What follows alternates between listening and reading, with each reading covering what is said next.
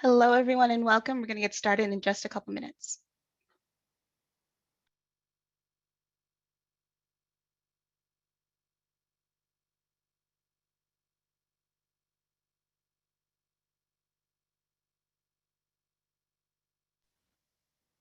Hello, good afternoon, or good morning, depending on where you are. We're going to get started in a couple minutes. While we're waiting, if you want to say hello in the chat box, let us know where you're joining us from.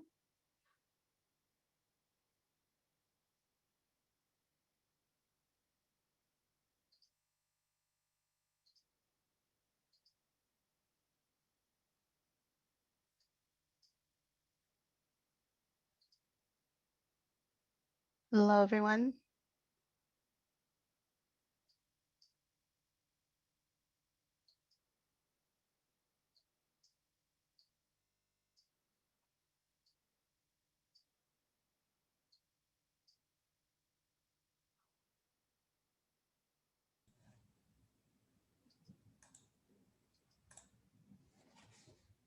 Hello, we're going to get started in just a minute. We're saying hello in the chat box right now. See, we have some folks joining us from Hawaii, Maryland, New York, New Jersey, Arkansas, Minnesota, Maine.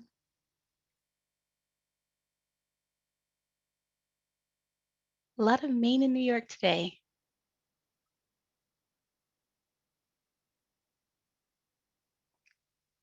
Hello, everyone. We're going to get started in just a couple seconds.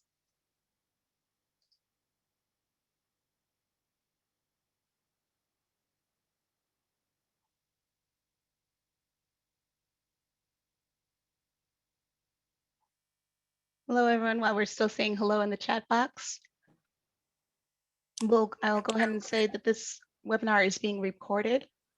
A link to the recording and the slides will be made available to you. Sorry. Oh. If you have any questions for our panel, our presenters while we're going along, please put those into the Q&A box. Feel free to interact with your fellow attendees in the chat box, but if you'd like a question asked and answered live, please put that into the Q&A box. We'll also have a couple other opportunities for you to interact and keep the conversation going. I'll put a link to a Padlet. It's kind of like a little message board in the chat. And we'll also have some open group office hours tomorrow. If you'd like to join us, the same link. All right, and with that, I will turn things over to Aaron. Okay. Well, good afternoon and good morning, everyone. My name is Aaron Dworkin. I'm the CEO of the National Summer Learning Association, NSLA. Thank you so much for joining our Summer Planning Bootcamp Day 4. We are so grateful for not only what you do in your programs to help young people and families and communities, but for taking the time out of your busy schedules to join us and to be with our community. We have a great day today planned, and we are going to be focusing, today's theme is going to be talking about social emotional learning and also talking about culturally responsive and respectful practices and curriculum that you can use in your program. Just a recap for the week for anyone who hasn't been with us each day.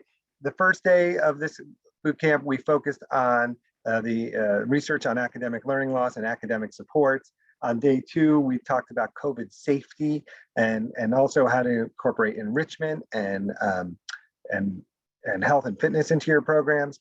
And then yesterday we had a great session on scenario planning because there's still so much uncertainty people need to prepare for, and partnerships and multi-sector partnerships. And then again, as we said, what we're doing today, which is so critical. Our sponsor for the day is Random House Children's Books. You're going to hear from them in a minute. And also we're very grateful for all Mentor, Scope, and the Partnership for After School Education, all amazing partners and resources for all of us in the out of school time field for being co-presenters of our sessions today.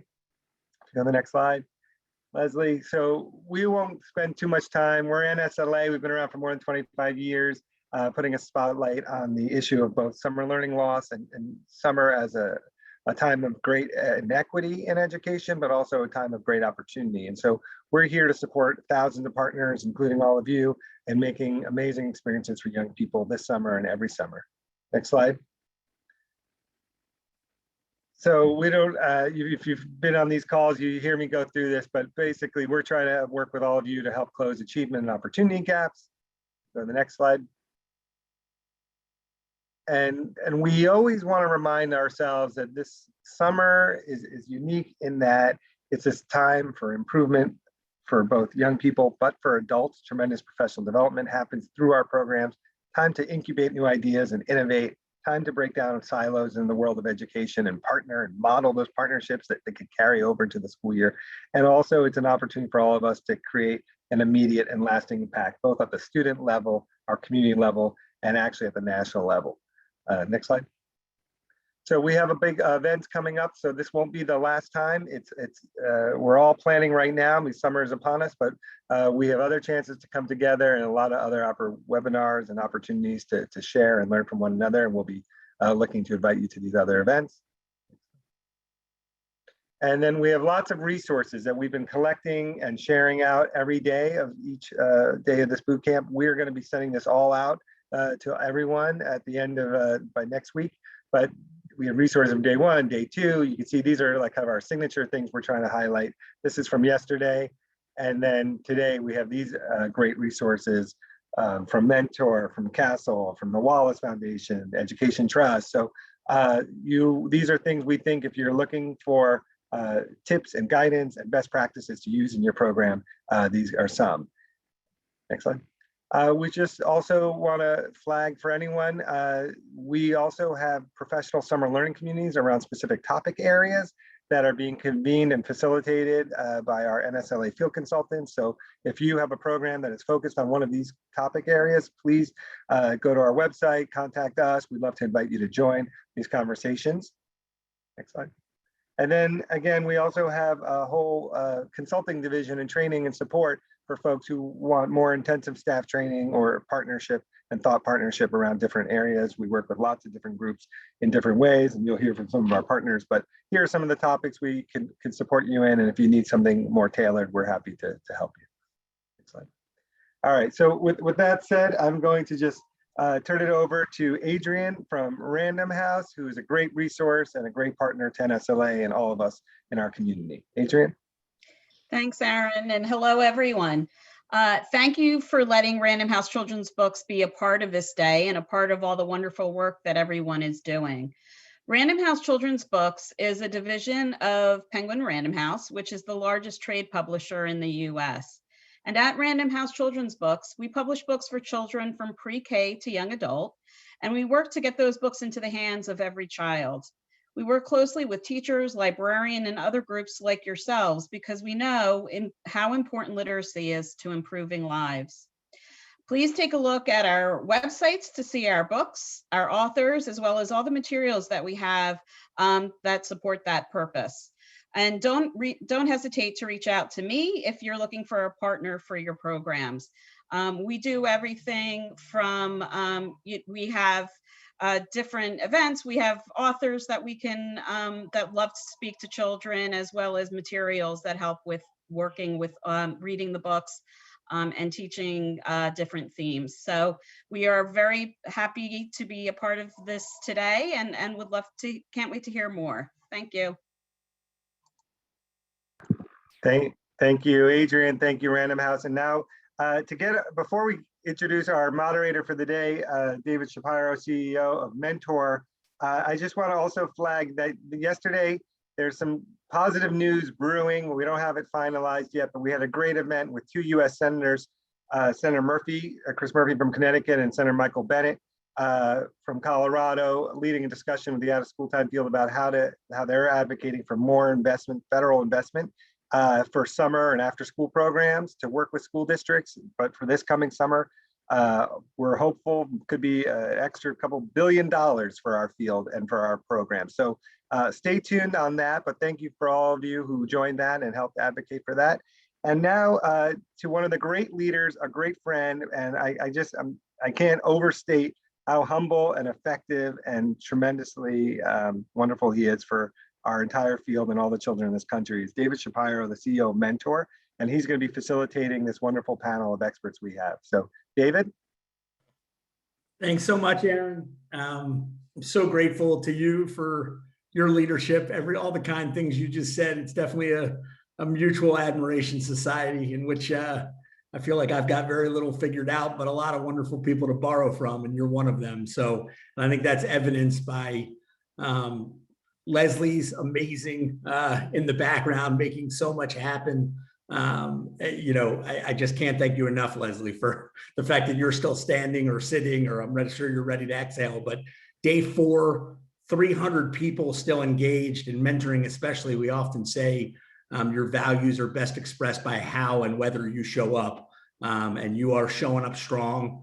I know our head of government relations was on the meeting with Senators Murphy and Bennett and was just blown away by their engagement and how long they stayed on. And that's such a credit to NSLA, but also to the importance of summer and this historic summer, and the way you all are so intentionally preparing to do everything you can to be who our young people need this summer. And so we're grateful for you all, and grateful for this field and this movement and all the things NSLA is doing to build and prepare and support and serve the field. I am David Shapiro, the CEO of Mentor, and a bunch of other folks are about to turn on their cameras. I hope the panel alongside me, because they are really the main event, and I am just the straw that's going to stir the drink, but they are the main deal here. And so I would just tell you, and I'm going to have each of them introduce themselves and sort of do it from the framework of, who they are, right? Who they are as humans and professionals, and however they want to talk about it. What brings them to the movement of summer learning and development, and how this is relevant to their work, kind of, and how they're seeing it. And then we'll do that kind of lightning round, or as lightning, maybe slow lightning. And then they're each going to answer sort of a main question, because there's such a phenomenal complementary group of experts and leaders who come at this with different perspectives around SEL. And I would say also around cultural and racial identity, and both the trauma and experience that young people are going through. And then we'll take any questions from you all. And there's 300 of you from every which place that we can think of, which is amazing. And that should fill, 48 minutes pretty well. And we'll honor that time. So I will lead the way, and then I'm going to pass it to Deb from AIR. I'm David Shapiro. I'm your facilitator. I'm the CEO of Mentor. I'm lucky enough to have a colleague with me on this panel, so I won't propagandize too much about Mentor. But I will say that when we think about socio-emotional learning, and think about what is the working lab of socio-emotional learning, it's relationship. That's where we experience as human beings our socio-emotional learning at all ages. It can be guided by curriculum. It can be guided by tools. There's lots of stuff out there we've all seen, but it happens in relationship, in our connections or lack thereof, in the degree to which we feel purpose and belonging. My guess is if you're listening to this panel, you're trying to figure out how to create places of purpose and belonging and connection for young people, especially in this historic summer. So we aim only over the next 47 minutes to sort of introduce that to you from our different vantage points, and then hopefully leave you with lots of tools around from Mentor standpoint. And I think from the whole panels, although I'm sure we all come at it with different lead values, but creating relationship first, relationship centric environments, whether that's just for a summer and you're meeting young people for the first time, or whether it's an extension of after school and expanded learning time and you already know these young people, but just have different spaces and places in which to learn with them. And so I am going to pass it over to Deb to give a sense of how she and AIR come at this. And I do it again just with tremendous gratitude for all of you who are on the front lines, who, as I tell my wife, who's a public elementary school teacher, she does the work I just talk about. So I know you do the work I just talk about. And I'm grateful to you for that. And hopefully we're at least providing some servant leadership to help in this incredible work at this historic time. So let me pass it over to Deb. Thanks, David. If you talk about it, then I study it. I was just thinking, where am I in that?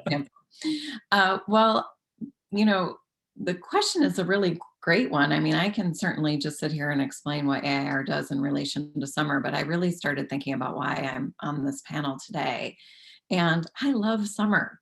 I love summer. I had a great opportunity for learning and development in the summertime at camps, you know, in the arts, with adults or near adults, now that I think back on what they really were, you know, older young people that really were formative to my learning and development. And as I progressed in my career and worked in the out of school time field, I had the opportunity to teach an youth development graduate program. And we always had an intro where we did, why are you here? We asked the same question.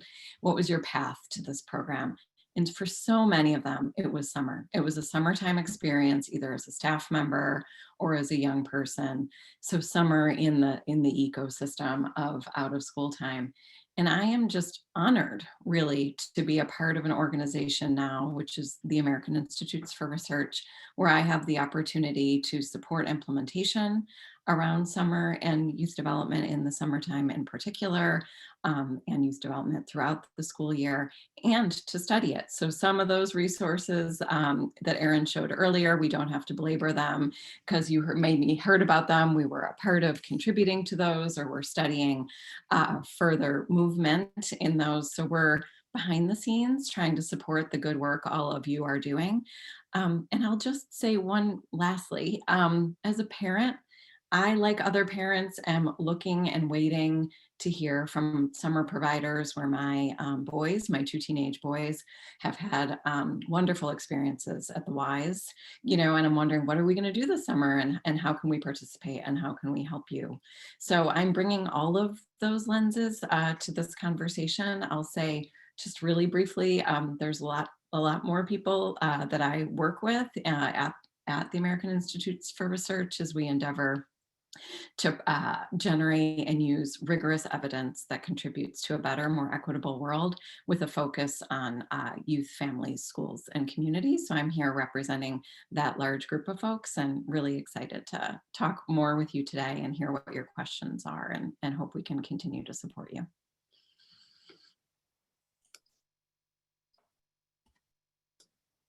I'm feeling nervous. Did we lose David? I think I'm up next. I will just jump in. Hi. Hi there. My name is Kim Robinson. I'm an Executive Vice President at the Forum for Youth Investment and Managing Director of the Forum's Weichert Center for Youth Program Quality. So the Forum is committed to changing the odds that all children and youth are ready for college, work, and life, and really thinking about what sort of shifts it requires to change the odds. The Weichert Center in particular is focused on the practices that support changing the odds for young people. And we support youth serving organizations around the country and internationally to build continuous improvement systems that are focused on building, improving, and sustaining the quality of youth programs. And by quality, we mean first and foremost, the quality of the youth experience, that, you know, sort of magical thing that makes young people want to come back to the program. And we know that that's made up by the interactions that they have with peers and with supportive adults in the programs. We also think of quality as about the systems and structures that allow that to be possible. And so as we think about summer, I love the story, because our work is actually began and was inspired in summer. So going all the way back to Karen Pittman as a college student, being recruited to work at a summer camp in Southeast Michigan that was run by a guy by the name of David Weichert. And it was in that summer learning experience where Karen saw what was possible in terms of transforming learning opportunities for young people in really active and participatory ways. And she took that experience and it sort of changed the course of her career. And as she founded the Forum for Youth Investment with this idea that we could change the odds for young people. And so then the Weichert Center, which was named for the person who had sparked all of these ideas, started as the adolescent development group that was running this camp. And then we said, how can we take the promising practices of summer and scale those up so that young people have an opportunity to experience those things throughout the year. And this year, as we're coming through a year of tremendous disruption and also of tremendous innovation of really seeing what's possible, I sort of hearken back to our history and think about how summer is really a space to demonstrate what's possible, and what's possible in terms of bringing together partners to create really transformational learning opportunities for young people. So just delighted to be part of the conversation today and making all the connections in this work. It's great when really early on you're discovered that you're non-essential personnel, that you're not needed. So I was gone. We carried on, of course, which shows how much utility I have on this panel. But I will return to my traffic director role. And Lauren, you're next. Sure. Thank you. Glad you were able to make it back on. Hi, everyone. My name's Lauren Mccabe. I also come to this work from being a participant in summer programs as a young person, working in summer programs as a youth worker, summer and after school. I'm here today representing Boston After School and Beyond, which is the Boston out of school time intermediary. So we act as the convener and connector between a network of program providers that function out of school time, which of course includes before, after school, during the summertime. All types of enrichment and youth development programs are in our network. And we connect them with each other with the opportunity to measure for program quality and improvement, like Kim was talking about. We connect them with the district as well as with the city and what priorities are going on there. And yeah, we just truly believe in the city as a classroom. And learning essential skills that will carry young people through school, career, and life. I personally come to this SEL panel as a participant for the last 4 years in the Partnerships for Social and Emotional Learning initiative funded by the Wallace Foundation, researching with RAND, the RAND Corporation, to try to figure out what happens when school, in school, and out of school time, educators and instructors align the way they do social and emotional learning. And what happens for students? Will they benefit? What will it take? How will adults benefit? So that's a little bit of the background about why I'm here. Okay, Denny, you're batting cleanup. Why don't you go next, and then we'll go back around the horn. Thank you all, and thank you all for sharing so much. My name is Denny Saleh. I also work at Mentor National with David as a program director on our program team. And a lot of my work really centers around taking the best practices of healthy relationship building and mentoring, and really helping to train and talk about it, both within the context of mentoring programs, but also outside of those contexts as well, because we know that so many young people, the positive relationships that they build with peers, with adults, come in so many different settings, churches, after school programs, summer programs. And I myself am a product of that. I'm a product of incredible work that was done after school and during the summertime. I think about, my experience doing after school activities and homework in grade school, weekend programming as part of a youth group while I was in high school, being a summer camp counselor while I was in college. And even while I was in grad school, I served as an assistant director of a summer camp. And so it's so essential, the kind of learning that happens for young people in the summer, where there's this intersection of movement and nature and play, and just all kinds of opportunities to build positive and healthy relationships, and bringing the mentoring mindset into all of those contexts where we can be intentional about centering relationships that provide so many benefits to social emotional learning, to learning in general, to building social capital for young people. And so, I come to this work, as a product of the great work that's done out of school during the summertime, and also seeing how important it is to have that mentoring mindset and that relationship-centered approach in every context that we work with young people. I'm excited to be here. Thanks so much, Denny. And I got to add, I have the honor and privilege of getting to work with Denny. So that's how I come at this. So Deb, I talk about it, you study it, which is the only reason I get to talk about it. And the people on this call, they do it. And they probably make it up, as they go along, because necessity is the mother of invention. And then they also benefit from the studying and the tools and the talking about it as we face this historic summer, which in many ways, we all know this pandemic has exacerbated, held up a mirror, held up a magnifying glass to things that already exist. It didn't necessarily create conditions that never existed. But it certainly, has changed us in maybe some small ways. We don't want to go back to the old normal, but it's also been an incredibly hard experience, and it's been very different populations and ages. Talk to us about the state of SEL in the summer and the attunement we maybe should have, in this moment, just as you see it at a high level. Yeah, thank you. And I'm sorry you missed my introduction. It was brilliant. Everyone will tell you. You were waxing poetic about the role of summer in your life, and then I was scrambling. I'm gonna watch the recording, Deb, and I will get it. I just wanted to make sure. I mean, this is such a great question. And you mentioned, innovation and practice. And I just want to be honest that there's been a lot of innovation and research and evaluation this past year and a half as well. I mean, it's a different setting for us to understand how people are doing and under what conditions. And so to that end, as we've tried to understand that and to be really immediately responsive or give the information to people who are going to be immediately responsive, I think it's important to look at lots of different storytellers, right, to get the whole story. And of course, because we come from a youth development background, the first place I'll go is to young people. And we looked across several surveys and interviews and youth-led research activities to find out what young people are saying about the state of young people right now.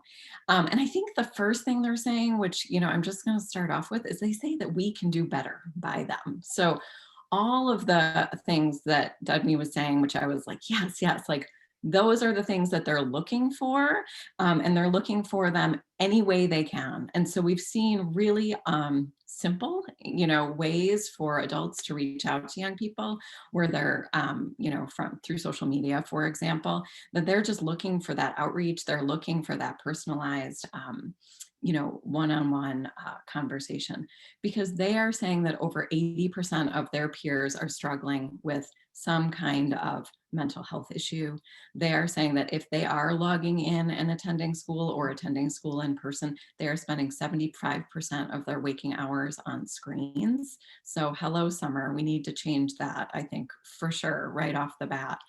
And so I think those are really good hints as to what we can do. And it's not that we don't know that, right? We looked also like, let's look at another story, the state story. We scanned all of the state reopening plans for education, and they prioritized three things. Physical safety, that's not a surprise to anyone, right? They well-being, overall well-being, and they characterize this in lots of different ways, and really in every category that's being presented here today, for both through this panel and the next panel. And the third thing was around racial equity. And so that was not across all the states. I don't want to be misleading there, but the majority of the states really wanted to address overall well-being. But then in another story, in the district survey that we've been conducting across the country, schools say they're absolutely seeing a challenge with young people in supporting their social and emotional well-being, but they cannot do this alone. And so this is, I know the good work, some of the good work Lauren is going to talk about. This is really about connecting with services and supports in the community in a way that, yes, is always true. We always need to take that ecosystemic approach, but we even more so need to do it now as we have families dealing with food and home insecurity, needing support with employment services, and needing, enriching relationships in identity safe settings. And so Dave, I want to say David gave this option early before when we all met and you weren't here yet to say, but you can still talk about the thing you want to talk about. And this is the thing I kind of want to talk about, is that adolescents in this story, and adolescents who we know we can do really well by in the summer. And I know many of you really are experts in this as I'm seeing you introduce yourselves. They're not coming. They're not coming to school. They're not logging in. And I'm not sure that just by opening a school door or a program door, we can really assume they're going to come back in and that all the supports that we can talk about all day long are going to happen. And so I guess I'm just really imploring on all of us and myself, and I'm really being self-reflective on this, is how do we go back to maybe some of those, for those of you who are hanging around in my generation, like older methods, to and include young people who are maybe not the ones who are signing up, who are maybe not the ones whose parents are signing up and not coming. So that's kind of my little we hoped something we could talk about, but that's where we are today. I don't mean to make it sound like it's dire. If you've been coming for the past 3 days, you know that after school programs promote social and emotional learning. So here's the opportunity to do it, but we need to get kids in the door first. Deb, thank you so much. And that's such a great point about the perpetuating inequities that often we think are only about money and charging for things, but are oft also about disenfranchisement, disconnection, identity.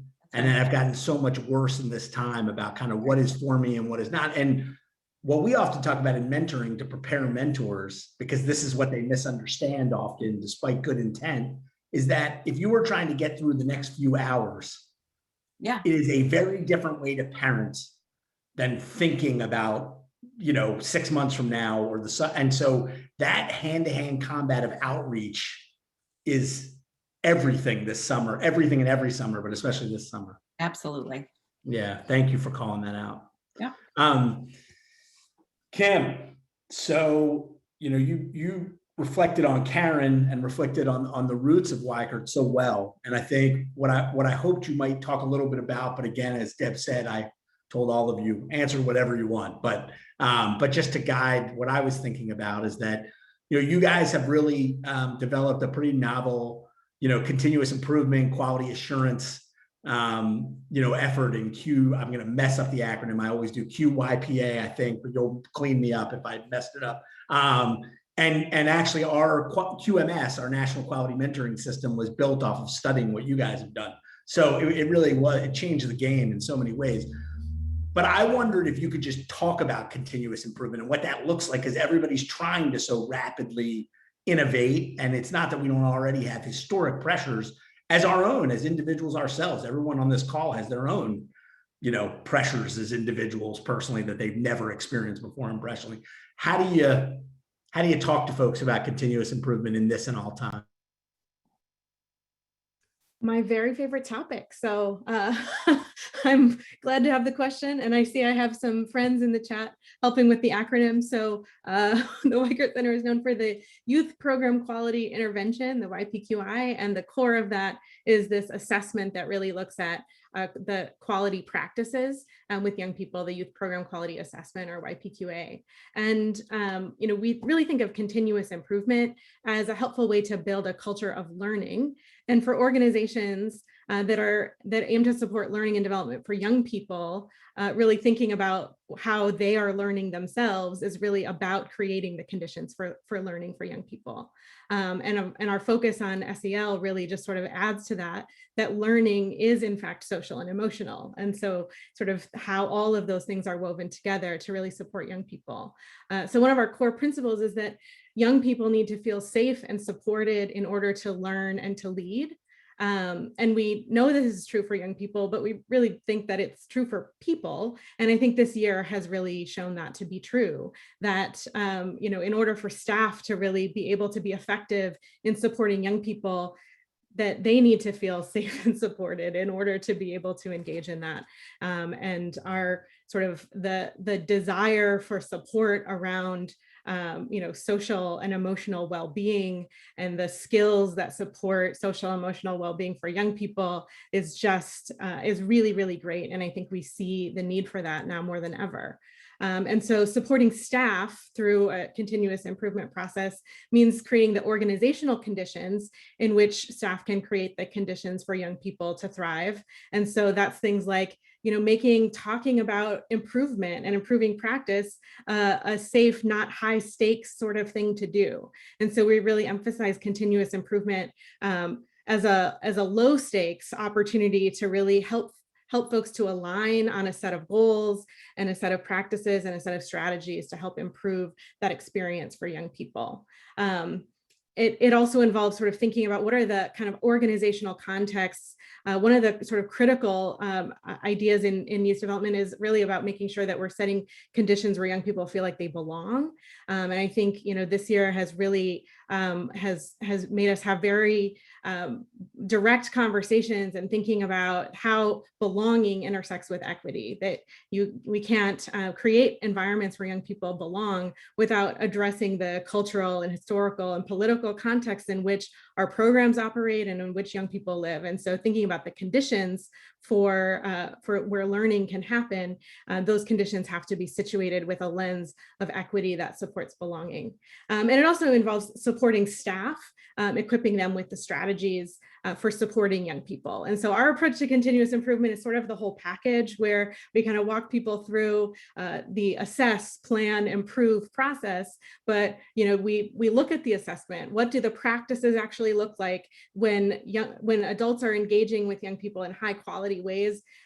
How can you observe that? How can you really focus on what that looks like and use that those observations as a tool for planning areas for growth and improvement, and as well as having the sort of wraparound supports around very targeted professional development to focus on improving specific practices. And so we've sort of expanded our work in social and emotional learning to sort of think about the social, emotional and cognitive aspects of learning. And one of the things that we found in that process is that in order to support staff, to support young people, to build skills related to SEL, we have to be very reflective about our own skills related to SEL. And particularly, sort of the idea of like social, engaging people socially, it's sort of always been there, cognitive development has always been there.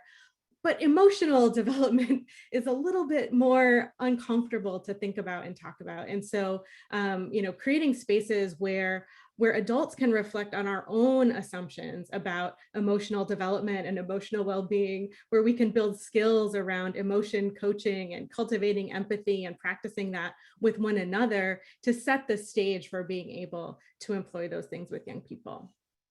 And I'll just add, in terms of sort of continuous improvement, this year has been a year of tremendous innovation. We've seen folks sort of take these tools and apply them, innovate on how we use them. So, it doesn't have to be a process that looks one way. The youth program quality intervention has sort of been designed as a year-long process. We also several years ago worked with NSLA to develop the summer learning program quality intervention that really looks at the fact that that's a truncated period of time and we have to sort of move through those steps in a little bit of a different way. But throughout this year, we've seen folks say, we really only can focus on so many things at once, given all that is happening. And so, rapid cycles of CQI or, sort of focusing on the practices and then looking back and seeing, doing the assessment at the end and sort of seeing, did we do what we thought we were going to do? And sort of using it as a tool to really support that culture of learning is really, I think, where that becomes a really powerful, transformative approach that supports the young people, but also supports the systems that really sustain that type of transformation over time. Thank you, Kim, so much. There's like 9 times that you spoke, I was like, I want to pull a strand on that about 9 different times. But I think the couple of strands that I really do want to pull on without at all simplifying all the incredible expertise and complexity that you just conveyed is that it's a lot about organizational culture. It's a lot about humility, and it's a lot about vulnerability. Mm-hmm. And actually, to posit that this is a panel about SEL for kids, right? It's not. It's about SEL for everybody, which is what Kim just said. And if we're truly going to be about continuous improvement, if we're going to truly be about relationship, this is a total commitment to joint socio-emotional learning and partnerships, right? It's not just about kids getting social-emotional learning. That's the dynamic nature of organizations being humble and vulnerable and people being that way and sharing power with young people, which we have a problem doing. but can actually get somewhere when we do that. So thanks, Kim. That's beautiful and really appreciate it. Lauren, you're doing this. And you're doing the word that, you know, can be bastardized in the nonprofit probably more than any, which is collaboration and coalition. Yes.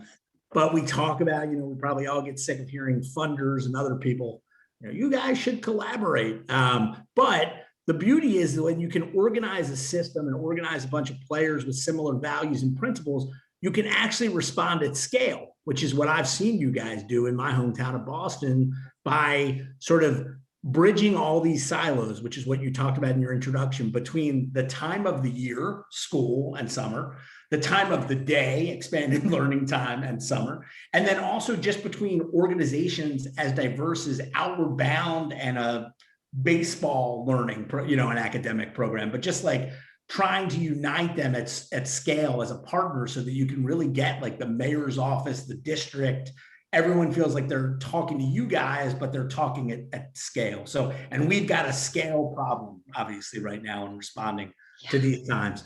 So tell us, you know, encourage people to collaborate, but tell them how it actually happens and what the upside is and what they might do to make it happen. Sure. Yeah. Thank you for that intro. That's helpful. Yeah, I'll just give a brief, really brief background on what summer learning looks like in Boston, because we just recently celebrated 10 years of this collaborative summer learning process with the Boston Public Schools, which we call the fifth quarter of learning. And so we just celebrated the 10th year of fifth quarter. And what that means is that it is a very integrated, aligned experience between teachers who work for the school district and enrichment providers, program providers that function during the summer, and that collaboration happening every day in the 5-week summer programs across the city. So there's specific academic goals being met in ELA and math and other core subjects, and students are physically, you know, at the Zoo of New England or sailing on the Boston Harbor. You know, so kids are getting all of these essential skills, and the adults are working together to make that happen. So that's a little bit where Boston Beyond comes in, and it's taken a long time to get to that point, right? Like we did a long-term research project with Rand that helped us pull out what works and what doesn't.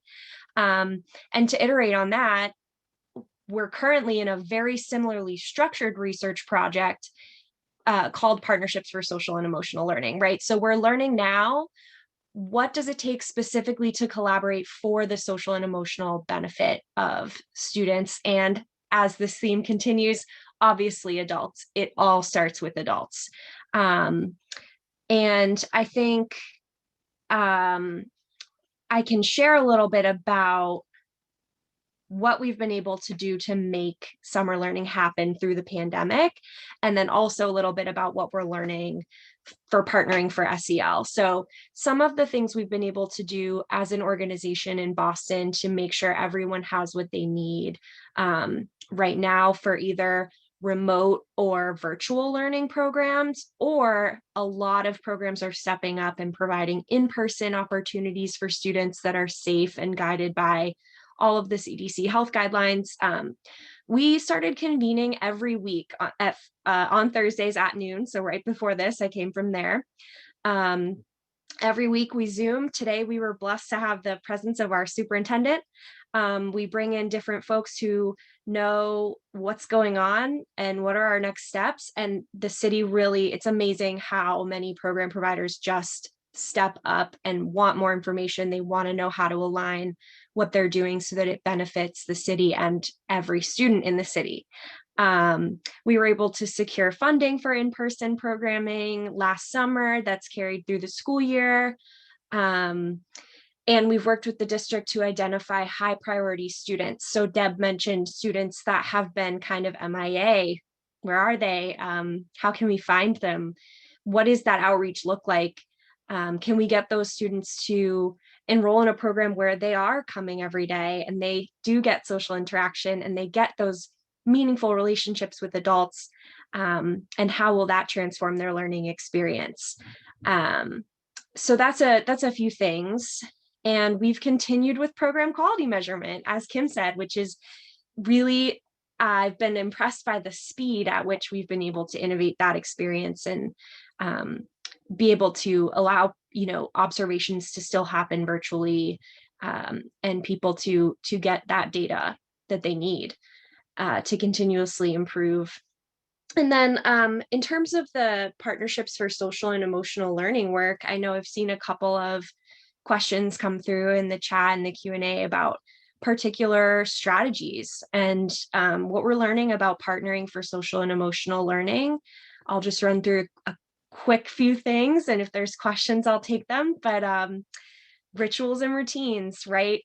Repetitive, predictable, flexible connections must be aligned, right? So we're working with school sites, elementary school sites specifically, and the program providers that serve them to align the same rituals and routines so that students have, and adults can connect and have that predictability and connection throughout the school day.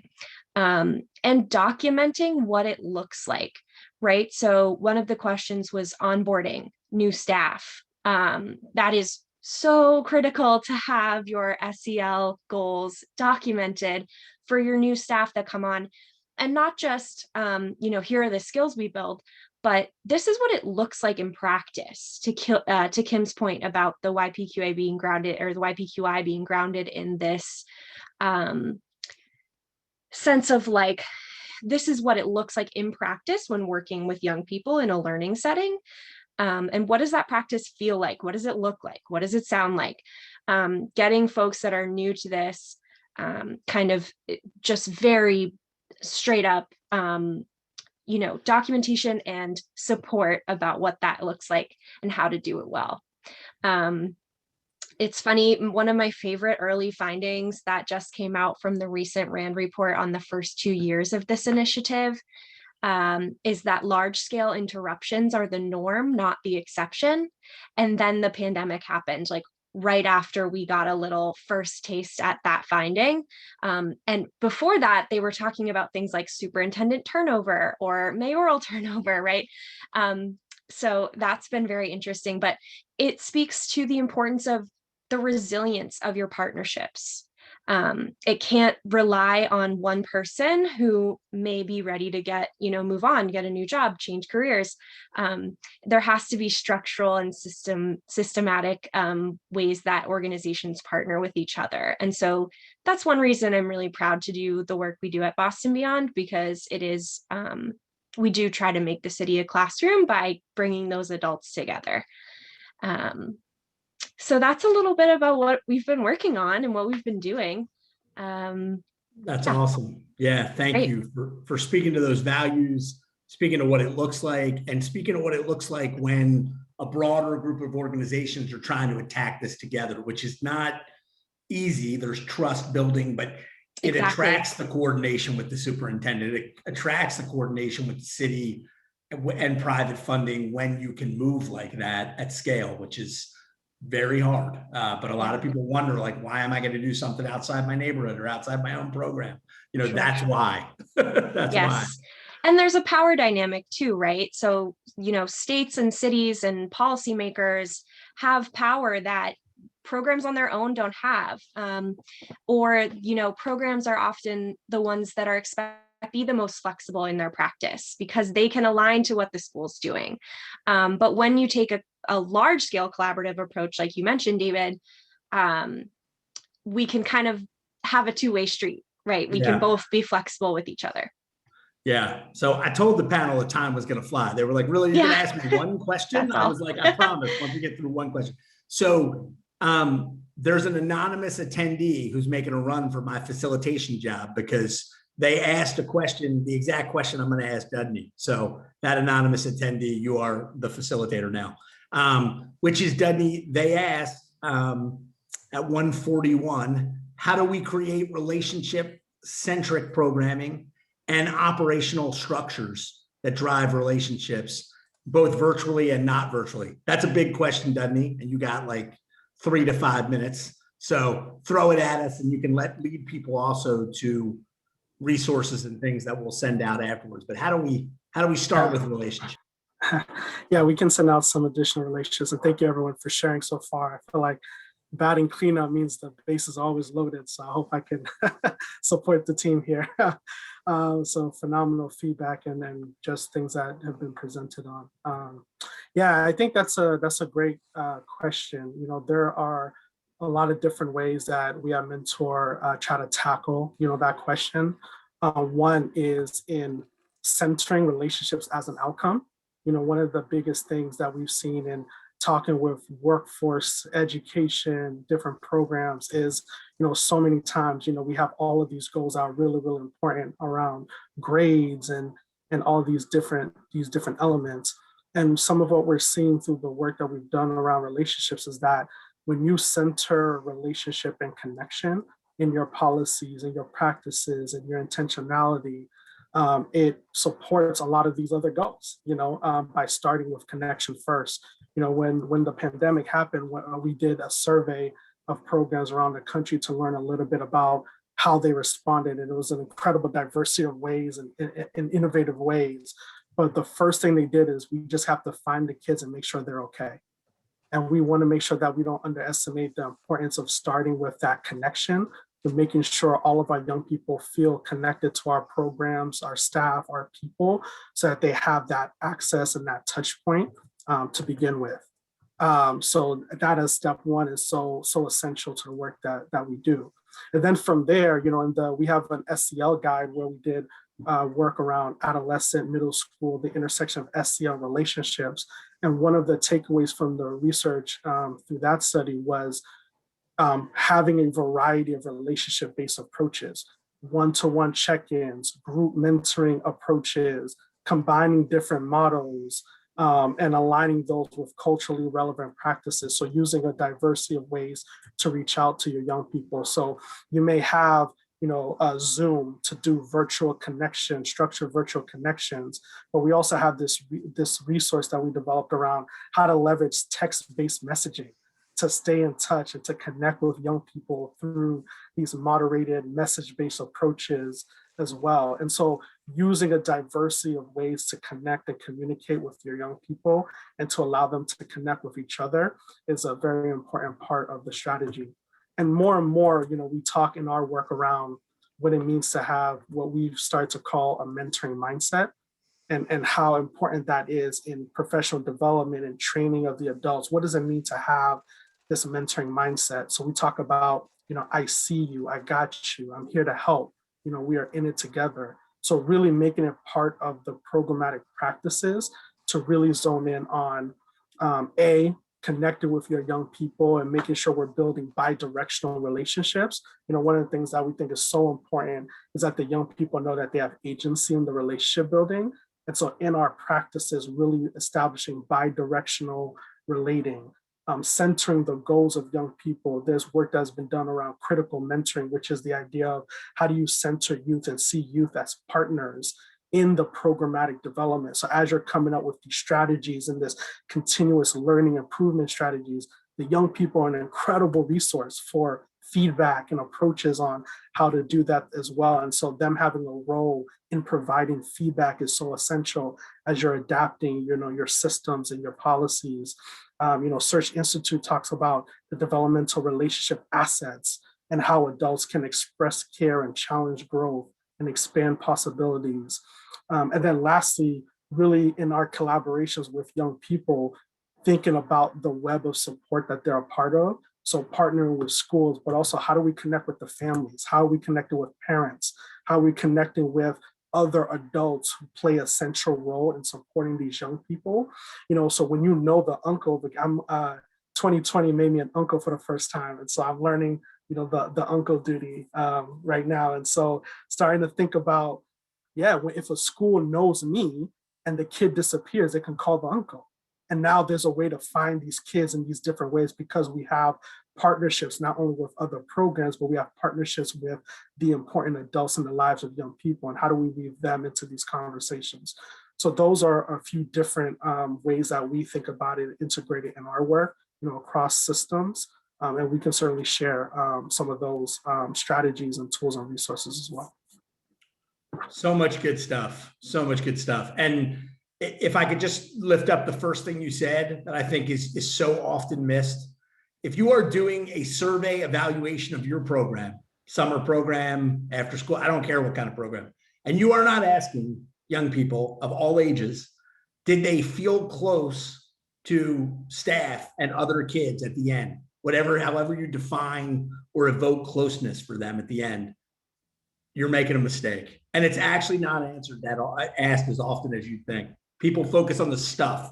Did you like the place? Did you like the schedule? Was the food good? Great activities, like the field trip. You know, they just don't ask that much about, like, did you, and every study shows, whether it's college kids' happiness with life, Gallup education poll, every study shows that satisfaction at work has to do with whether you feel close to people and whether you feel like they understand you and they're there for you.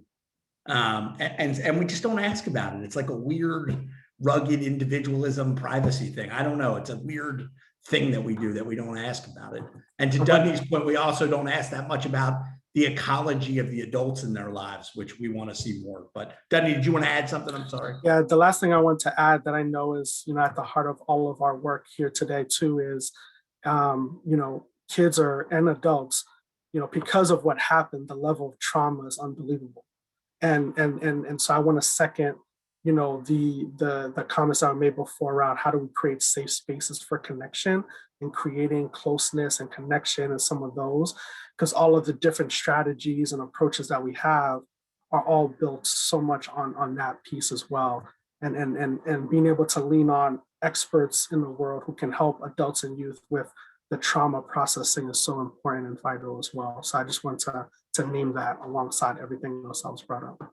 Thank you, Denny. We've been tracking the questions. I think people have been trying to answer them in their answers about, family connection, about virtual connection, about staff training. But now we really are going to do a lightning round because we got 4 minutes. So you each get 1 minute, and then we're going to get one of those messages probably from Leslie that says end the panel. And I don't need to make concluding remarks because there is no tying this up in a neat bow. We're living in a pandemic, so and the conditions change all the time. So you've each got 45 seconds to a minute. Is there a point you want to make or a resource you want to lead people to now that you've heard so much? Why don't we change up the order a little bit and go Kim, Deb, Lauren, Dudney. All right, I won't take up too much space. Just a couple of things quickly. I just put a link in the chat. The Weichert Center is actually offering a few different options this spring for some learning, virtual learning related to social and emotional learning. So a couple of community learning series sort of opportunities. And so those are really focused on like the tangible, practical strategies. And I will also put in the link for our resource called Preparing Youth to Thrive, which was the result of a study of looking at really high quality programs that do a tremendous job of engaging young people to support their social and emotional learning. And it has all kinds of very granular practices that you can refer to and be able to lift up in your work as well. Thanks so much, Kim. Really appreciate you. Deb? Appreciate you too, Kim. I was reflecting on the conversation and the questions, and no matter what, in summer, we often have new staff, and this summer, maybe more than usual. I think that it supports all of us to demystify social and emotional learning a little bit, that it's a natural process that we all go through, that it can be bolstered practices that are really human and natural, like the ones people have been talking about today, and really primarily grounded in relationships and safe and supportive environments and opportunities for authentic engagement. And all of that results in the competencies that we see in the millions of frameworks. And those are the competencies that help us, navigate life and our relationships. And so I think that when we have new staff who are either new to the field or new to us or new to summer, just demystifying SEL a little bit about, like, no matter what, this is happening, and it's happening with you and it's happening with young people. And these are the few things that we can do to make that pathway a little bit more of a rainbow than a bumpy road. I guess if I think of one thing around social and emotional learning, I hope that people walk away with an openness to it being just a part of their everyday experience. So awesome. Thank you, Deb. Lauren?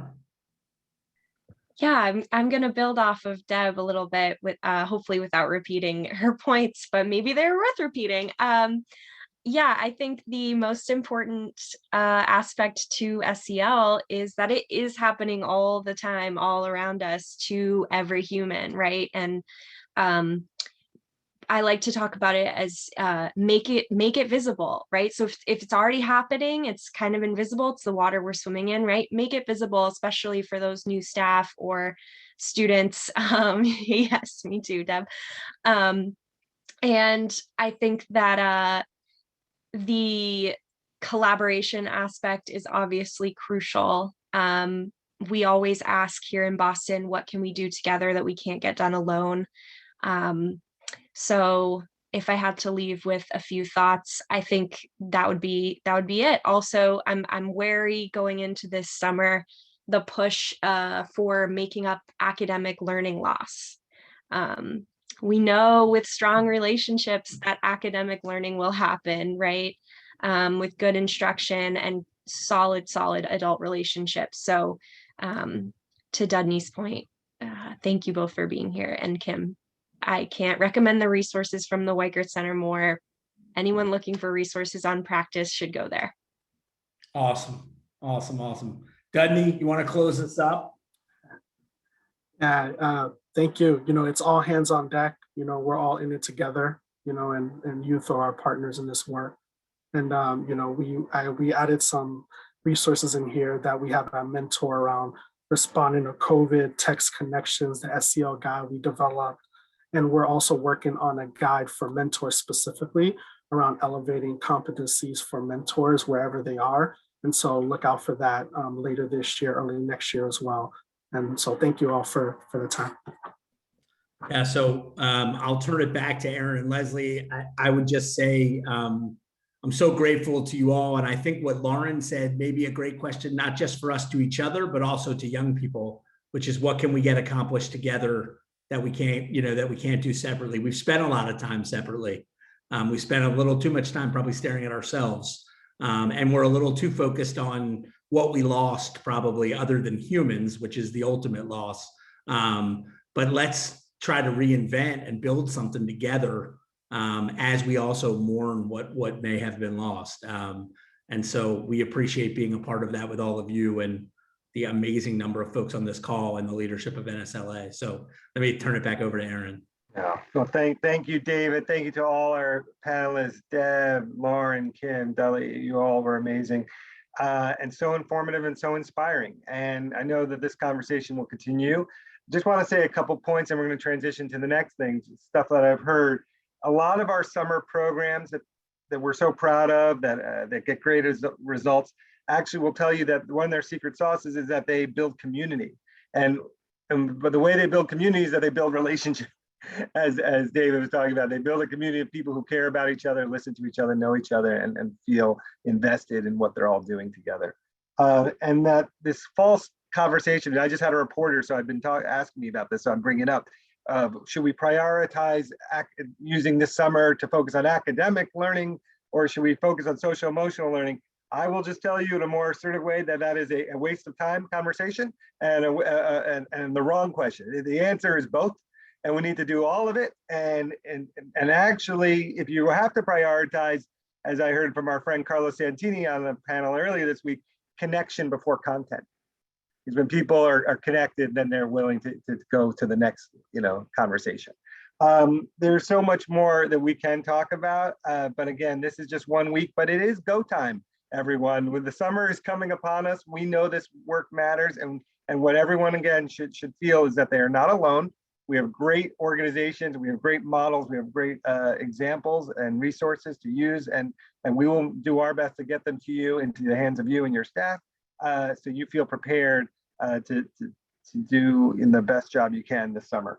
We're going to take also the advice from David and the panel about hearing youth voice, and every day this week we've taken this middle time to lift up a youth voice and hear their perspective on why our work matters and this work is so important to them. And so we're going to hear from a few students, I believe, from our Charlotte Summer Youth Employment Program partner, and then we're going to shift to our next session. But thank you again to everyone. This recording and the resources will be shared out. And now, Leslie, I'll let you play the next part.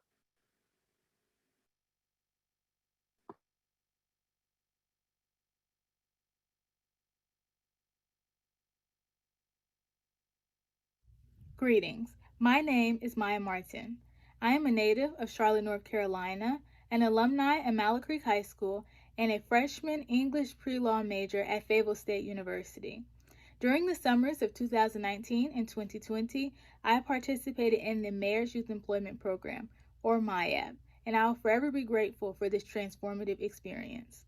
During the summer of 2019, I interned with Aldersgate Retirement Community, and I had the opportunity to participate in everything from patient care to business administration. I will forever be grateful for this experience, as it allowed me to come to the conclusion that I did not want to pursue a career in healthcare before attending college. During the summer of 2020, I was a virtual intern, and I participated in a multitude of pathways that improves my work ethic, networking skills, and further solidified my pursuit of a law degree. I want to thank Mayor Lyles and her associates for giving the youth of Charlotte an opportunity to participate in such an amazing program. Thanks to Maya, I am more empowered than ever to pursue my dreams. Thank you. Hello, my name is Kayla Montes, and I'm currently a senior at Harper Middle College High School. Over the summer, I was an intern at the Mayor's Youth Employment Program, and I worked with Siemens in advanced manufacturing and logistics. The program prepares you from the very start. For example, all students go through a career job and readiness training that prepares you for the professional work field. I worked with a team to find ways to reduce the carbon emissions in our city. As a Charlotte native, it was interesting to analyze the city's data to see what solutions we could come up with. Each week was moving us along the engineering process for where we designed, built, and presented our solution. During this experience, we were able to hear from professional engineers in the field about their experience, and on other days, we strive for personal growth and mental health. My favorite part was definitely using 3D modeling softwares to see my solutions come to life. I am thankful for this experience, and I suggest any student to go out and find an internship in a career they are passionate about. Thank you.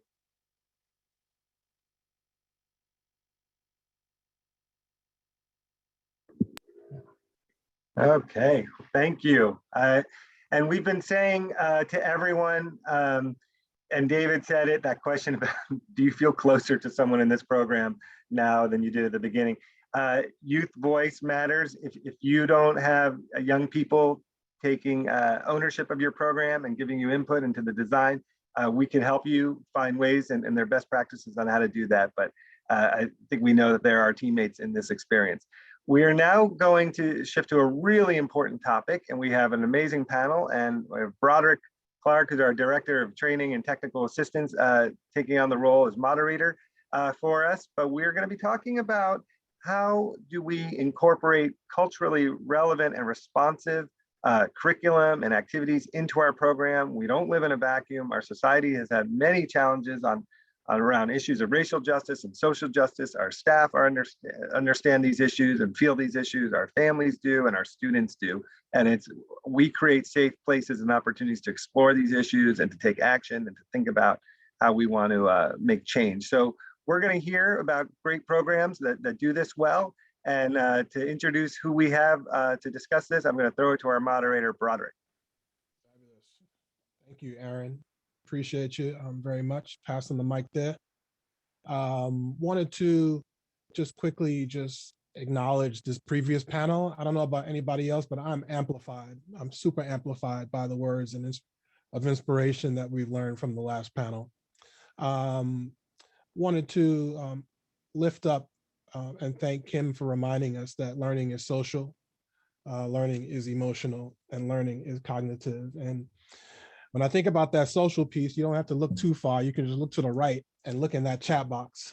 That chat box reminds me, when we used to go to conference and you walk through the hallways and you start to see folks and we make those connections and all the fellowship. I mean, we handle our business at conference, but the fellowship is also pretty awesome.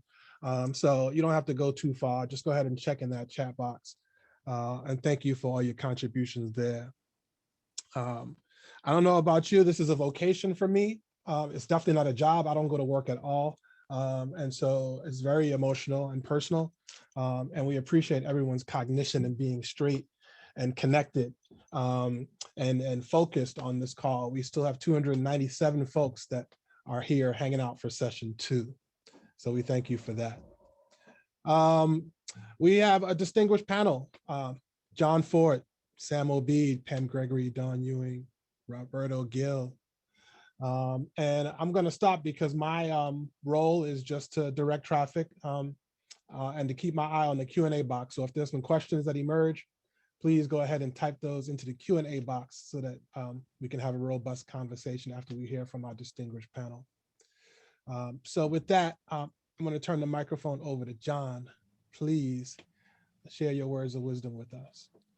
Roderick, thanks. I feel so fortunate to be here. Let me just introduce, I'm a parent, I'm a journalist, and recently I'm an entrepreneur, but this is centered on learning and cultural experience.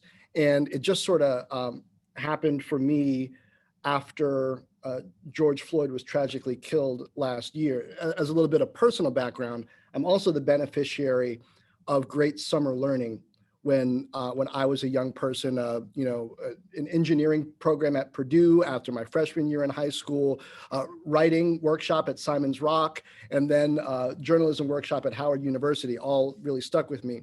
But what I'm hoping to share and talk about is a course that I developed last year that's focused on the Black experience in America. And really it came out of trying to figure out what to say to our 2 boys who are 10 and 12 after George Floyd was killed. And we've heard about the talk that so many of us, Black parents have with their kids about police and bias and things like that. But I wanted to go deeper than that. Looked for some resources and curriculum online, didn't see what I was really looking for, and then went to work and develop it. And right now, that's become something that I didn't expect. I'm working with the KIPP Charter School Network on making it available to middle schoolers, and we've been workshopping that with teachers and doing teacher training. Also, I've just started rolling it out at DePauw University, a small liberal arts school in Indiana that happens to be my alma mater for use with college students. So it's a structure that fortunately is working at multiple age levels. Adults are engaged with it too on an online platform. So really what this does is, I think, open up for me the possibilities in technology and online platforms and how in this challenging time, we can use technology to remain engaged with young people and also to engage young people's community away from the spaces where we're able to directly interact with them. So, I know you'll get all of these materials later, but I'll just, pop this here for those who want to sort of follow along. The last thing's my email address, but the other 2 are links to the resources. What I ended up doing was walking with our 2 sons and then around 9 other kids over Zoom through a curriculum that really focused in on first identity and then history and then the patterns that we see in our society, trying to get them in a position to understand what leaders and thinkers had done and worked on before, some of the dynamics in our society that have been challenging, and even the way all of those things, all of those things, the last thing is an email address, just in case you want to contact me directly, the way all those things tie into American history. So it's 18 individual lessons broken down into focusing, first of all, on the idea of W.E.B. Du Bois and double consciousness and the challenge of living as an American and also having a cultural identity, going through gender identity and issues of even internalized racism along with that. The second portion of the course goes from pre-colonial Africa up into the Civil War and really looks at the dynamics, trade, sophistication of civilization so that people could appreciate that. And then also, finally, the idea The last portion is false restarts. The idea that we have these big moments where we take 3 steps forward in culture and race in the country, but then often we take 2 steps back. So there's emancipation, but then there's botched reconstruction in the Black codes. There's a civil rights movement and the legislation, very important, that's passed. Then there's busing and integration that doesn't go as expected. And now, I think once again, after George Floyd was killed, there was an outpouring about how things are going to be different, corporate commitments, et cetera. And now we're seeing in society, some pushback against some of those ideas. So, I would just say it was received well by the parents, by the kids. Probably one of the most important things to come out of just that session itself. The kids were so excited about being together in that experience. They've continued on to have a book club and stay connected and really relate to each other in a cultural way, even across geographic distance that wouldn't have happened otherwise. And I was able to find some resources. I'm a bit of a creator and an online platform to make this more broadly available afterwards and engage with multiple people and learners. So I continue to be on that journey. And, Broderick, with that, I'll turn it back to you. Thank you, brother. I appreciate that very much, without question. And thank you for lifting up fatherhood at the outset. Really appreciate that. This idea that we need to leverage that technology, the importance of interaction, and bringing forward the spirit of W.E.B. Du Bois. We appreciate you. So thank you so much for that. I'm going to turn the microphone over to Sam at this time. Please unmute yourself and share your wisdom with us. Thank you so much, Broderick. Thank you, John. Thank you, Pam. Thank you, Don. Thank you, Roberto and Leslie. It's a pleasure to share this virtual space with you. So I'm the program director of an organization called Community Tampa Bay, and the program that we run is called Anytown. Unfortunately, it always gets mistaken with Anytime. So I tell people to think about it as Anytown. In any town, we can end discrimination through dialogue and cross-cultural interaction. And that is how we do our work, through these 2 incredibly important components of dialogue and cross-cultural interaction, right? So Anytown is a 5-day, 4-night residential program where we bring together young humans from 2 counties, roughly about 60 young humans in, of course, a non-COVID year. We have 2 sessions, one in June and one in July. We bring them together and we have multiple conversations on discrimination, prejudice, and stereotypes. How does it play out in our own behaviors and the way that we interact with other humans in the world and the world itself? And how does the world perceive us and interact with us based on our own identities? At Community Tampa Bay, our whole culture is based on the idea of starting these dialogues and cross-cultural interactions on a foundation of 10 aspects of social identity: race, ethnicity, gender, biological sex, sexual orientation, faith, age, class, ability, and citizenship. So using these 10 aspects of social identity, we create safe spaces where our young humans can have conversations about what discrimination has looked like in their life. For many of them, having political conversations in safe spaces to be able to have these conversations are an incredibly new experience. And the manner in which we host these programs on so many levels allows our young humans to take high levels of leadership, both while they are attending the program itself and after the program too. So we have year-round programming after Anytown is done, but even within Anytown, once our young humans graduate from the program, they come back and volunteer with us. In the last few years that I've been with the organization, we've had about a 30% return rate with young humans coming back to become counselors with us. In addition to that, they are members of our board and consistent members of all of our workshop groups, because every single year we update our workshops to ensure that we are being responsive to what our communities need in this current moment.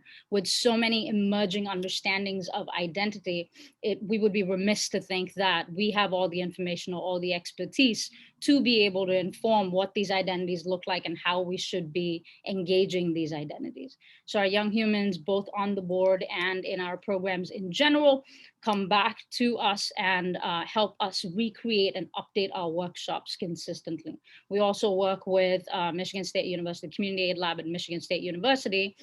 Folks there are former Anytowners. And so through that connection, we are able to do a high level of research-driven work with them, where they are able to evaluate all of our programming to see if we are in fact being responsive to what our young humans need in this moment. And so because they know what the Anytown program looks like and they are able to receive feedback from our young humans themselves through a pre-test and a post-test that we do before and after Anytown every single year, every single session, we're also able to track what that responsiveness looks like and how much we need to either better ourselves or potentially even slow down. One of the other ways in which our young humans are involved in the things that we do is that after every workshop, we request their feedback. Following every Anytown session, we are constantly in contact with them. Yes, Monique, please feel free to steal the phrase young human. It is one of my favorite things to say in the entire world. So please, please, please feel free to do that. Somebody also earlier asked what age group we work with. Our age group is high school students or students who are between the ages of 14 and 18.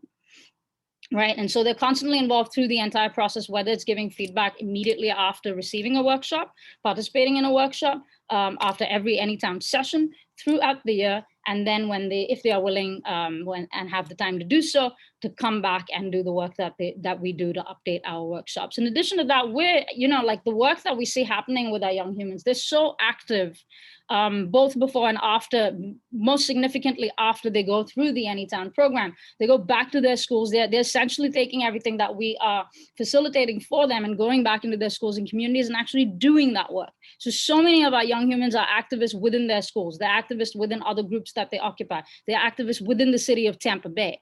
And so oftentimes they also reach back out to us and approach us and say, hey, I have some great ideas for how we can better this workshop. What do you think? And the answer is always yes. Please come back and do the work with us. So our youth are constantly involved in those leadership spaces with us to be able to better our programs. And that's where we stand. So I will turn it back to Broderick if nobody has any other questions in the chat, and then go from there. Thank you so much, Sam. I appreciate you very much. And congratulations again for being an award winner with the National Summer Learning Association. Thank you very much. It is our honor. Absolutely, absolutely. And for lifting up this idea of ending discrimination of all types, for reminding us that university partnerships are important and being research driven is super important, being responsive to the needs of our young humans, and this idea of tracking responsiveness. We appreciate you lifting all of those things up for us today. Just want to remind folks, if you have any questions for John or Sam or any of the panelists, please go ahead and type those into the Q&A box so that we can refer to those during the Q&A section. I'll try to dig through the chat and see if I can find some as well, but just drop those in the Q&A. So I'll go ahead and pass the mic to Pam at this time. Thanks so much, Broderick. And as I said once before, when I followed Sam, she's always a tough act to follow, and today is no exception. I'm thrilled to be on the panel with so many other distinguished leaders in the field, NSLA award winners, and just generally great people. I'm the CEO of the Princeton Blairstown Center, which is a over 100-year-old youth development organization, and we serve young people primarily from historically marginalized communities by nurturing their social, emotional skills through experiential, environmental, and adventure-based education. And we believe that developing these skills enables our participants to engage in self-discovery and transform their communities to create a more just world. So how do we do this? We do this on a 268-acre campus in the northern part of New Jersey primarily, and we provide a 1-week, 5-day, 4-night free of charge program where we partner with schools and community-based organizations in New Jersey, typically Trenton, Newark, and Camden. We run year-round programs, but this particular, our summer program, we partner particularly with those communities, and we serve about 550 young people during the summer for 1 week at a time. The program focuses on leadership development and academic enrichment. Obviously, we haven't had a normal summer for over a year and counting, because this summer won't be normal either for us because of the young people that we serve and the communities they come from. But we found a good workaround. We think we're going to them instead of having them come to us this year. Typically, we spend about 3 hours doing literacy STEM and previously project-based learning, but going forward a service learning piece, and at least 2 hours a day in social emotional learning and problem solving exercises. And then we do some typical outdoor skills like swimming, boating, hiking, stargazing, all those kinds of super cool things that you don't necessarily get to do in Newark, Trenton, and Camden, but sometimes do. When we think about how our program is as culturally relevant as it can be, one is we're constantly looking at it through the lens of diversity, equity, and inclusion. And some of the things that we do, and I'm going to give a shout out to my former colleague, Roberto Gill, who was really instrumental in helping us to look for staff in the right places so that we found staff who looked like the young people we served and who come from the communities that the young people we serve come from. And again, sort of thinking back to the end of the last session that I sat in on, so that they're better able to mentor young people, so that they're better able to inspire them, and so that they understand some of the challenges and struggles that the young people have to deal with on a regular basis. I think one of the other ways that we focus on cultural relevance is through student voice, and student voice happens in many different ways. One, when we were doing project-based learning, students had a choice about the activities they were going to focus on, and students really often chose some pretty heavy topics, including, for example, one session I sat in on a group of students who were talking about gun violence in Trenton and how it affected their day-to-day life and what they could do and what they needed adults and city leaders to do. I think other ways that we focus on that is by developing close relationships. We have intentional programming from the moment the students arrive on campus, and we group them in small groups of 10 or 11 students with intentionally one of the chaperones from their school or community-based organization who know them very well. And then we spend time really focused on building community so that our facilitator who's working with them builds trust, learns their name, vice versa, and develops a sense of close trust in a pretty short amount of time. We also infuse social emotional learning into everything that we do. Over the past year, we've used the pandemic to focus on developing a series of SEL questions for every single activity we do on campus, so that we can be certain that we're using the opportunity to help young people and adults learn about deepening their social emotional practice and also how to transfer it back home. I would say another way that we really focus on building cultural competency with the young people and our staff is by having a longer training period than a lot of summer programs do. Our staff mostly tend to be different every summer, and we spend 2.5 weeks helping them not only learn the hard skills, but learning about where the young people come from, exploring what it's like to be a middle schooler or high schooler, because sometimes, although they're not as old as me, sometimes we have difficulty remembering what that's like. I would say we also, some other things we do is we, because our staff are so new each year, we do in the field observations, we use a rubric, we give feedback, and we do in-service training in addition to that. All of that during essentially a 6-week summer program, so that we can focus on quality assurance and ongoing learning. Our students also provide feedback to us in real time, and they also provide feedback through surveys that they take on Kindle Fires. And then we also get feedback from the adults who were there with them, both on how the students have done and how our facilitators have done. And that's just kind of a nutshell of how our program works. So I'm going to throw it back to Broderick. Thank you, Pam. I appreciate that so much. Lifting up the idea of transforming communities to create a more just world, without question. Appreciate that. The importance of developing close relationships, building trust. And I also heard you say not only just engaging in SEL, but infusing SEL. Just really powerful words there, and the importance of real-time feedback. So thank you so much for your words of wisdom there. At this time, I'm going to go ahead and turn the microphone over to Dawn Ewing, please. Hey, folks. Again, just feel so honored to be with this group of folks, and certainly thank NSLA for continuing to really throw this conversation out there and making it so available to so much. Inspired.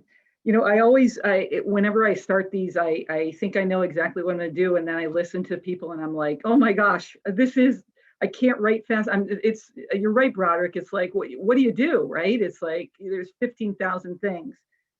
And I think where I want to start is, so I get to be the executive director of an organization called Project Mori, and Project Mori is a 10-year program. We get to start working with kids who are typically coming from under-resourced communities around the metro New York City area. Kids begin with us going into their 5th grade year, the summer before their 5th grade year. And then we have a chance to be with them for 10 full years.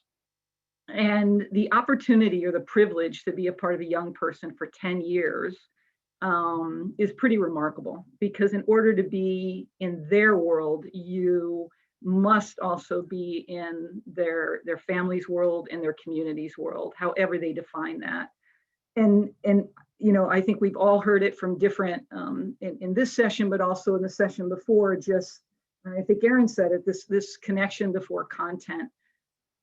You know, I would even challenge us that all the work that we're doing is just so completely driven by the relationships that we have, and the ability to create the space to have those relationships be true from the very get-go. You know, to call the organization out a little bit, you know, we started 26 years ago, and we started because Maury was a real person. Maury passed away. We felt like we needed to do something important. This was something he wanted to do. But I will tell you that although we knew it was the right thing to do, it was really really based on a lot of white guilt and white guilt practices. And I can still remember the first summer, the kids getting off the bus, one of the kids getting off the bus from the Bronx, and you know, he looked at us and he was like, so this is where all the white people have been. And he was right. And to Pam's point, you know, you can't get someplace unless you see yourself there. So here I am as a white ED telling you that organizationally, we have a lot of work to do, but now we're finally talking about it, and we're doing that work in a way that allows us to move to the side. So in order for us to be culturally relevant, we have to have the opportunity to not be the ones who are always engaging in the conversation. So through our model of these 10 years, through the model of anchoring a year-round youth development program and a summer experience, and then going into each of those communities and being able to leverage what is really, I would say, a goal setting, being at the core. And through that goal setting, if I'm responsible for my own goals, what benefits am I reaping? Very much there's so much I'm not in control of, but what am I in control of? What can I benefit from because of the actions I take, the consequences that I give myself, both negative and positive, right? So what choices am I making that are moving me down the line? As we do that, though, you know, and as through those 26 years of now understanding so much better, and I think it was Ron Berger and the EL education that he does. He talks about integrated identity, is that we're a part of every experience that we have, and that includes all of the different identities that we have, all of our intersectionalities. And I guess it was about 10 years ago we started a social justice program, first at camp, and then obviously it teased over into the school year. But within that, with each of those age groups, from the kids going into 5th grade all the way through, and we stay with our kids all the way through their first year of whatever their post-high school graduation experience is the opportunity to have those conversations that are their conversations. And I think Sam was talking about it, but you talk about what the kids want to talk about. They're drawing their own maps. Sometimes those maps look very similar based on their age. Sometimes those maps look very similar based on their experience. And sometimes those maps look like are created through their questions, are created from their own journeys that they've started to take, and have a different sense of intentionality around them. So when we start to talk about cultural relevance and we start to talk about how does that all happen? How do the kids come to the table? Again, I've heard Pam talking about it, but typically in a summer experience, the people that you're seeing on your screen aren't the people who are doing the direct training, right? It's not us that are standing in front of these kids. It's those, could be anywhere from in our situation, you have to have 1 year of post-high school experience, but an 18-year-old all the way up the line, right? So that training becomes imperative from the standpoint of we need to train, we need to prepare, and then we need to help predict. And also we need to find out how invested that staff person really is. And I think we've seen it when we have more intentional dialogues around education, is there's a lot of people in education that for a lot of different reasons are invested in their children at different levels, just based on their own experience and their own training. Within our environment, if you sign the contract to be a part of me, you've said, I believe in your values. You may have different values than I am, but by being at my organization, you said, this is something I believe in. But there's different levels of experience. There's different levels of preparation. And I think that whenever we talk about what we're doing for our young people, we're also always talking about what are we doing for our staff that are seasonal, and how are they being impacted, and how are we impacting, or how are they then impacting the young people that they're working with. And for me, I think that sometimes we forget that. Again, all of the work that we get to do doesn't, I truly believe the most important work we do doesn't happen when the kid is in our organization or in our program. It's what happens when they walk away from us and then back into their own communities. How are they then taking their own leadership and making their own differences? What kind of citizen are they in those spaces? Because that's the difference we make, right? It's the pride we hear. I'm not a parent, but when I listen to a parent, it's not what they did in the house, it's what they did away from the parent. It's the difference they were making in their own experiences. So I think for us with Project Maury, it's continuing to evolve. It's continuing to listen to our kids' voices and create the space for that. It is the social, it's everything, right? It's everything all the time. But again, in this era, just coming off of summer where we couldn't have summer camp, our goal was to keep the kids engaged enough with us that they stayed connected. Because if they don't show up, we don't have that opportunity. So I think that whole, how do we stay connected? How do we have those relationships so we get to have those conversations is really at the core of all of this. And I'll stop there. Thank you so much, Dawn, for sharing those words of wisdom with us and lifting up how powerful it can be to have that sustained commitment, 10 years engagement with young people, being in their world, not in our world, the importance of relationships and having that relationship be true from the very beginning, to find out how invested the staff is and connected to that mission, as well as the connection between what we do for young people and what we do for staff as well. And of course, it's not what the young people do when they're with us, but what they do when they're away from us, that really counts. And so thank you so much for sharing those words of wisdom for us.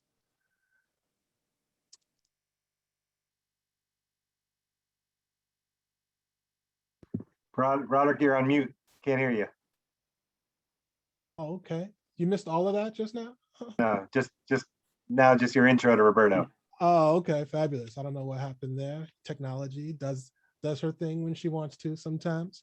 So yeah, I'm super excited to introduce Roberto Gill, great colleague.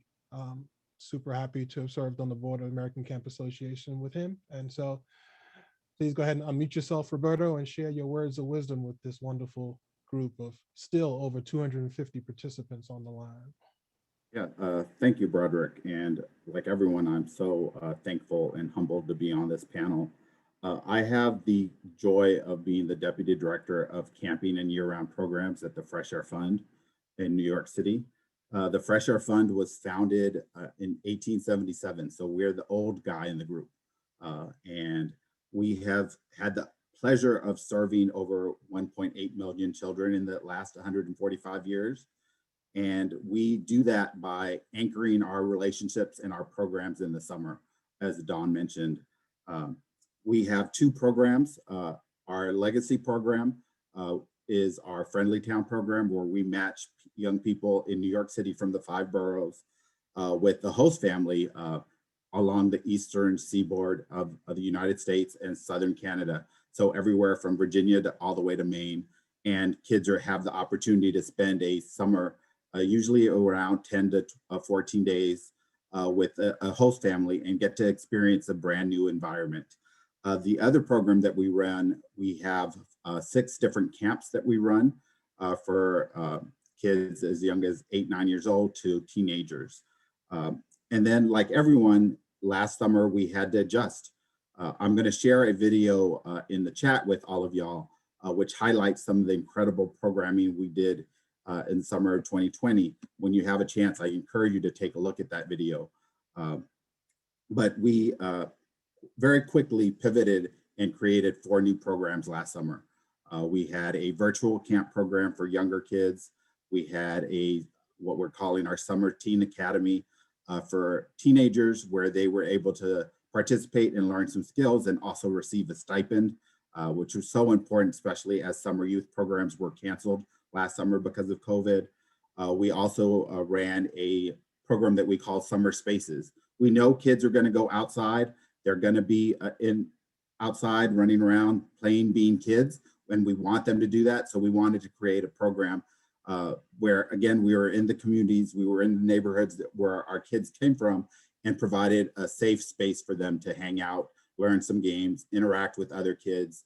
And then the last program was our family wellness program, where we brought families up to our camps in Sharp Reservation in Fishkill, New York, as well as our camp, Camp Junior, that serves specifically the Bronx at Harriman State Park. And they were able to get out of the city and experience the Fresh Air Funds camps for the day as a family in social distance, COVID safe manner. And we are in the process of figuring out exactly what summer 2021 will look like. My guess it'll be some combination of the above, but if you have a chance, please take a look at that video that I shared in the chat. When you get to see it and see the reactions of the young people, the families that we served, it's probably the most moving 4 minutes that I've watched on video in a very long time. So, but we're here today to talk about cultural competence and sort of how we address cultural differences and celebrate the sameness, the areas where we're similar, and celebrate the differences. And for us, I believe that starts with really getting to know our children or our young humans. I love that phrase, Sam. Our families, our communities. One of the things that has always amazed me about the Fresh Air Fund is we partner with community organizations and agencies that help us register all of the young people. And then families have this trust and faith in us to send them away to camp without ever seeing the camp, send them away to a host family. And I think that's because, again, all of those really long-standing relationships that we start building with not just the families and the children, but the communities that we serve. Again, as I mentioned, one of the programs that we ran this past summer brought us into those communities where we were running programs on the streets and in their neighborhoods. Pam mentioned one of the things that for me is really important and that I've loved about the Fresh Air Fund since I started as a 18-year-old off the bus from Texas. And that was the fact that the staff, many of the staff looked like the kids and were from the same places and same neighborhoods and same environments as the kids. I think one of the things that I've enjoyed about camping in general is that, and especially at the Fresh Air Fund, about a third of the staff are from the same neighborhoods and communities that our kids are from. The other third, like myself, are from across the United States. And then about a third are international staff. And so staff, or kids really have the chance to see people from all kinds of diverse places, diverse backgrounds, and not just see them get to know people from different places, but they get to see young adults interact in a very positive, professional way with each other. And so those differences aren't the differences aren't the focus. The young people really get to see us working together. And so we get to role model what we hope they learn and have that ability to have later on in life. I think the other exciting thing about the Fresh Air Fund, and something that has been integral to our success in terms of staffing, is we really try to create a pipeline. So many of our staff are former campers, former Friendly Town participants. They've grown in the system, they know the programs. And even beyond that, we've started to create a pipeline of programs so that not only are they joining us when they're in college and as those first summer jobs, but they're staying with us. I'm proud to say that 4 of the 6 camp directors that we currently have, or 7 camp directors we currently have, are alumni of the program. 3 are alumni of the camp program, and 1 is a former Friendly Town participant.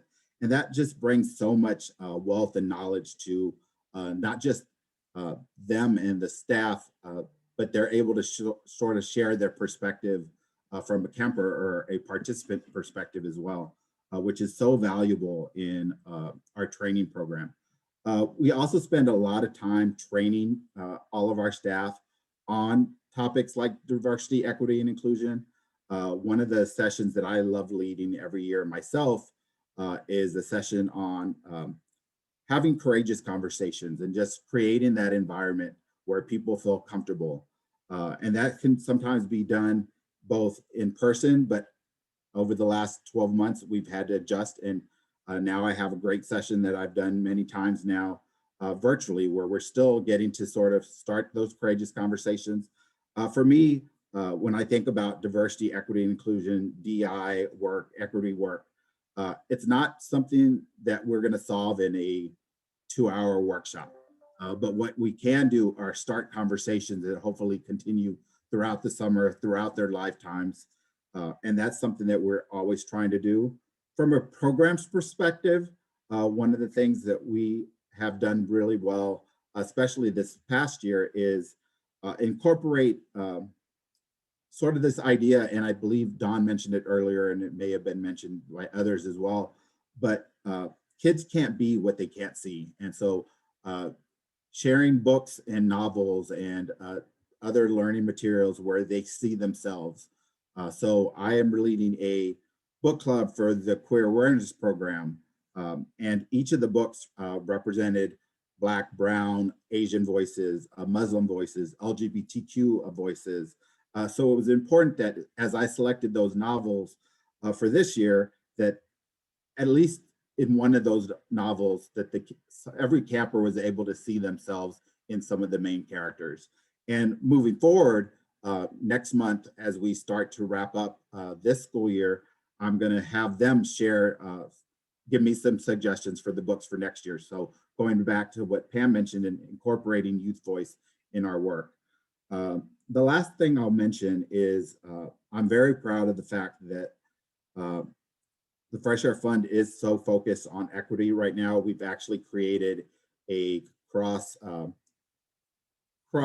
department equity group where 6 staff members and 2 board members, we meet weekly and are addressing issues around diversity, equity, and inclusion.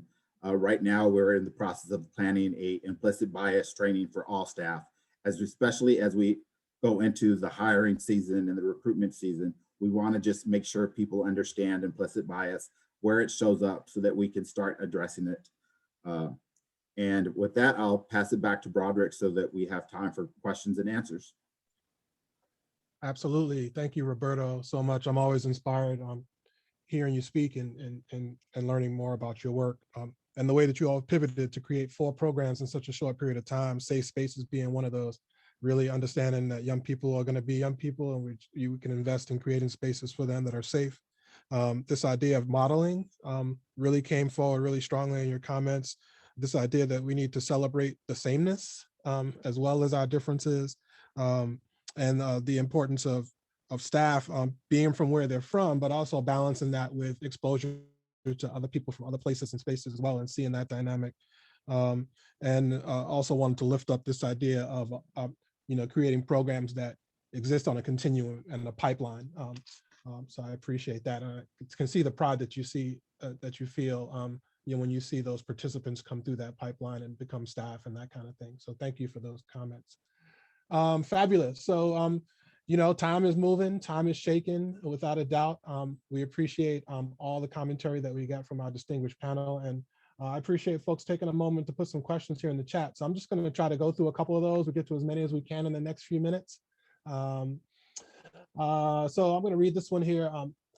This is from an anonymous attendee. I actually work in a community in which I am the minority, in a community which is about 98% of the folks that they serve are people of color. One of my concerns is actually trying to encourage and create positive experiences and interactions between my young participants and people who may not look or think like them, while at the same time bolstering their pride in their own identity and voice. How would you go about this? And so I just pose that to the entire panel. Feel free to unmute yourself and chime in. And I can just weigh in as a longtime youth worker, somebody who was one of those kids, also participating in multiple summer experiences. I think it's important to model what you're talking about, first of all, if at all possible, which is to the extent that you can, outside of that environment in which you're working, go into their community and not only be comfortable, but also show yourself being uncomfortable, but okay with it, kind of fish out of water. Maybe you don't understand something about what's going on, but you care so much about being there and enjoying the people that it's all right. I think very often, if they see your comfort level in their space, then they're more likely to feel comfortable in what they might see, at least initially, as your space. So being able to model that and show the authenticity that you can bring to different environments is important, because sometimes, especially young people, can get the idea, I can only be myself in the environment in which, in which I was baked, right? If you can model being yourself in this environment and being yourself in that environment, it can be very encouraging. thank you. Thank you for that. Other thoughts? I would from the just panel? add, I completely agree with everything John said. I would add how important just the ability to listen and really focus on them and their stories, and sort of knowing that you don't always have to respond. I think one of the things I'm always trying to uplift to staff and to anyone who works I come across is we live in a society and a time where we listen to respond rather than listen to understand. And I think if we take that time to really just listen and try to understand, that goes so far with people. When they know that you're generally interested, they're going to share more. And so I would just add that. Thank you, Roberto. Fabulous. John, there was a question that came through as you're a leader in the business community that perhaps may not be as diverse as we'd like it to be. Is there anything that you've heard from your fellow panelists that really resonate with you? Things that young people need to be successful later on in your industry? Well, I think these summer experiences are so important because of some of what we were just talking about, the idea of moving into different communities, being your authentic self, but also picking up practices, ideas, experiences that you can then use to relate to other people. I remember being a rising junior in high school and going to Great Barrington, Massachusetts for the writing and thinking workshop at Simon's Rock. And I was one of, 3 Black kids in a program of probably nearly around 100. And they roomed me with the one other Black guy who was there, probably thinking they were making us comfortable, but thinking, oh, they're going to put both of us together, right? So is that how it's going to go? But the things that I learned in that, like I learned about Cat Stevens and Cats in the Cradle and the song American Pie and Monty Python, the Holy Grail. So that gave me certain cultural touch points back in high school that allowed me to relate to my peers in different ways. And I mean, I've continued to carry that through my life, through college, through employment. The idea that you can stay who you are, but pick up pieces and ideas from others to relate. And that's so much of what these experiences can bring. Thank you. Thank you for that. Appreciate that very much. So I'm going to pose another question to the group and see where it takes us. So we know the murder of Brother Floyd and others, and so many others, unfortunately, during this time. We know that that's not new. I was done after Diallo back in the day. So these conversations around inequity and injustice, how do you have those conversations with young people? What are some of the best practices for having difficult conversations about inequity and injustice with our young humans? I'll jump in and start. For me, I think one of the most important things that you have to do is you can't necessarily just jump in and start there day one. You have to build relationships. You have to set the groundwork so that people are comfortable having those conversations, and that takes some time and effort. But I would say sort of creating those relationships. Sometimes I feel like I'm a broken record because I focus so much on relationships. Pam can tell you it's probably one of the words that I use more than anything else, but creating those communities and those spaces so people both feel safe and brave to share. And then for me, some of the things that I love to do, I have two activities that I do that to me sort of gently bring up those conversations. One's called the Thought Museum. And so I will, over the years, I've collected memes and different things, that images I've seen on social media and that have come across my desk. And so I've just printed them out and I will post them all over the room with paper underneath so that people can just walk around and respond and react to those things. And then we debrief the activity and talk about what we saw, what we felt, and how those things made us feel. The other thing that I love to use are books and or videos and movie clips. I've collected over the last few years great clips. There was an episode of Blackish that addressed police brutality really well, and it's the family having the conversation. I think that John mentioned earlier, sort of that talk about how you interact with the police. And there's other shows that represent different communities.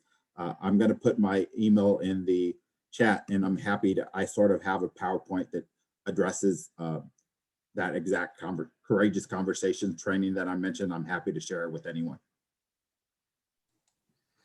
So I'm going to piggyback on what Roberto said, because I think for us, we had to sort of take a step back to take a step forward. And that meant really starting to have difficult conversations on a staff level and a lot more training.